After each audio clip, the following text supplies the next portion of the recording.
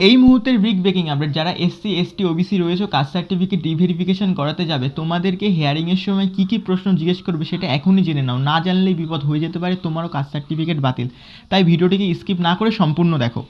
Caste certificate রিভেরিফিকেশনের সময় hearing officer বা hearing committee আপনাদের যে প্রশ্নগুলো জিজ্ঞেস করবে সেগুলোই আমরা আলোচনা করব। তো প্রথম যেই প্রশ্নটা, আপনার জাতির প্রমাণ হিসাবে কোনো পুরনো নথি আছে? দ্বিতীয়ত, আপনার বাবা মা পরিবারে কারোর কাস্ট সার্টিফিকেট আছে? তৃতীয়ত, পরিবারের পুরনো নথিতে আপনার জাতির উল্লেখ আছে? চতুর্থত, 2011 সালে ভোটার লিস্টে আপনার বাবা মার নাম আছে? এবং পঞ্চম যেটা, আপনার বংশ পরিচয় কীভাবে প্রমাণ করবেন? হিয়ারিংয়ের এই প্রশ্নগুলোর পরিপ্রেক্ষিতে আপনাদের কি করণীয় সেটা দেখে নিন। তো প্রথম প্রশ্ন যেটা আপনাদের কাছে করা হবে, আপনার জাতির প্রমাণ হিসাবে কোনো পুরনো নথি আছে? তো এই পরিপ্রেক্ষিতে আপনারা আপনাদের school certificate, voter list, ration card ইত্যাদি দেখাতে পারেন। অর্থাৎ স্কুল সার্টিফিকেট আপনি মাধ্যমিক পাস হয়ে থাকলে, উচ্চ মাধ্যমিক পাস হয়ে থাকলে, 8 পাস হয়ে থাকলে সেই 8 পাস সার্টিফিকেট দেখাবেন।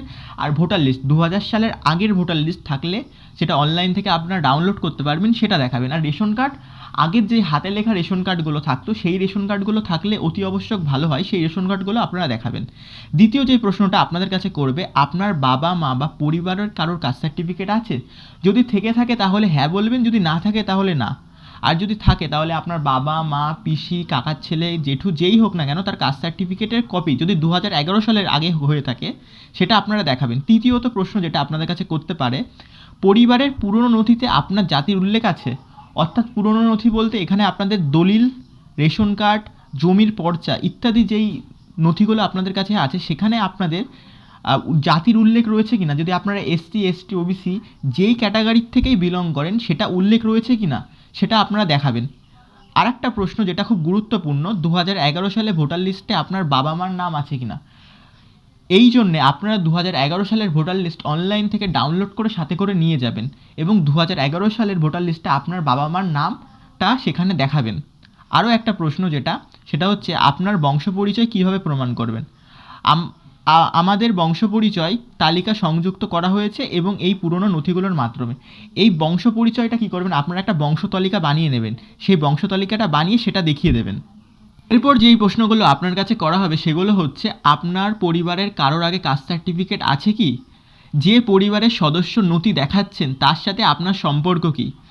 আপনার পরিবারের অন্য সদস্যরা কোন জাতির পরিচয় ব্যবহার করেন?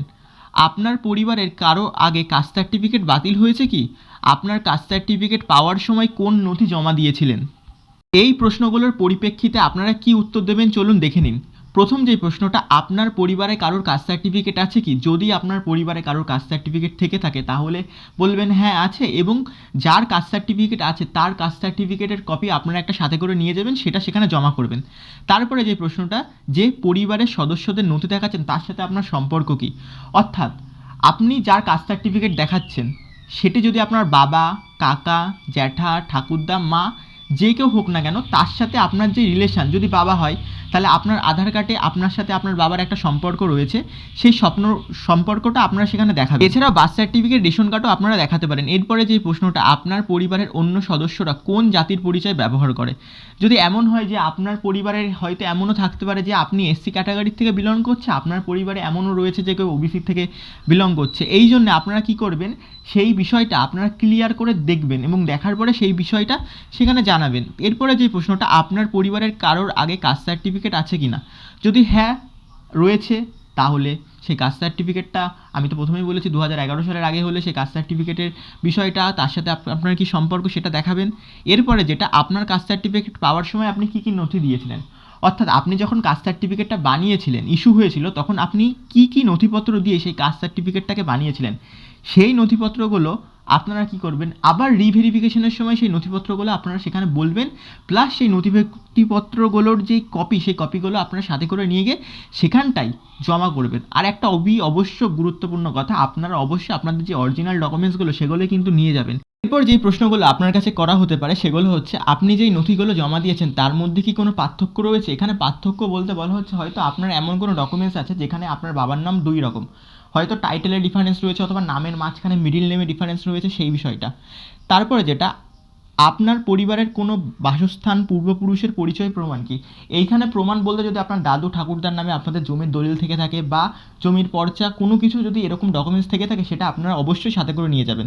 তারপর যেটা, আপনার জাতিগত পরিচয় সম্পর্কে স্থানীয়দেরকে কে কিভাবে প্রমাণ দিতে পারবেন।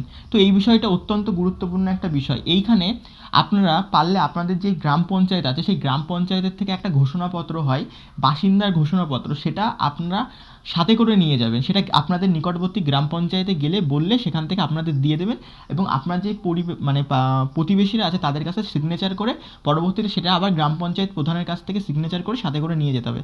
এরপরে যেটা, আপনার জমা দেওয়া নথিগুলো আসলে কি না আপনি কিভাবে প্রমাণ করবেন। তো এই বিষয়টা পুরোপুরি আপনার নিজস্বর উপরে, ঠিক আছে। আর 15 যেটা, আপনি কি আবেদনের যেই তথ্যটা দিয়েছেন সেটা সম্পূর্ণ সত্যি? হ্যাঁ, অবশ্যই সত্যি, আপনারা ঘাবড়াবেন না, হ্যাঁ বলবেন অবশ্যই সত্যি, আমি কোনো মিথ্যে তথ্য দিয়ে তো। ভিডিওটি আপনাদের কাছে ইনফরমেটিভ লেগে থাকলে চ্যানেলটিকে সাবস্ক্রাইব করুন, ভিডিওটিকে লাইক করুন, বন্ধুদের মধ্যে ভিডিওটিকে শেয়ার করে দিন এবং কমেন্ট বক্সে কমেন্ট করে আপনার মন্তব্যটা জানিয়ে দিন। ধন্যবাদ।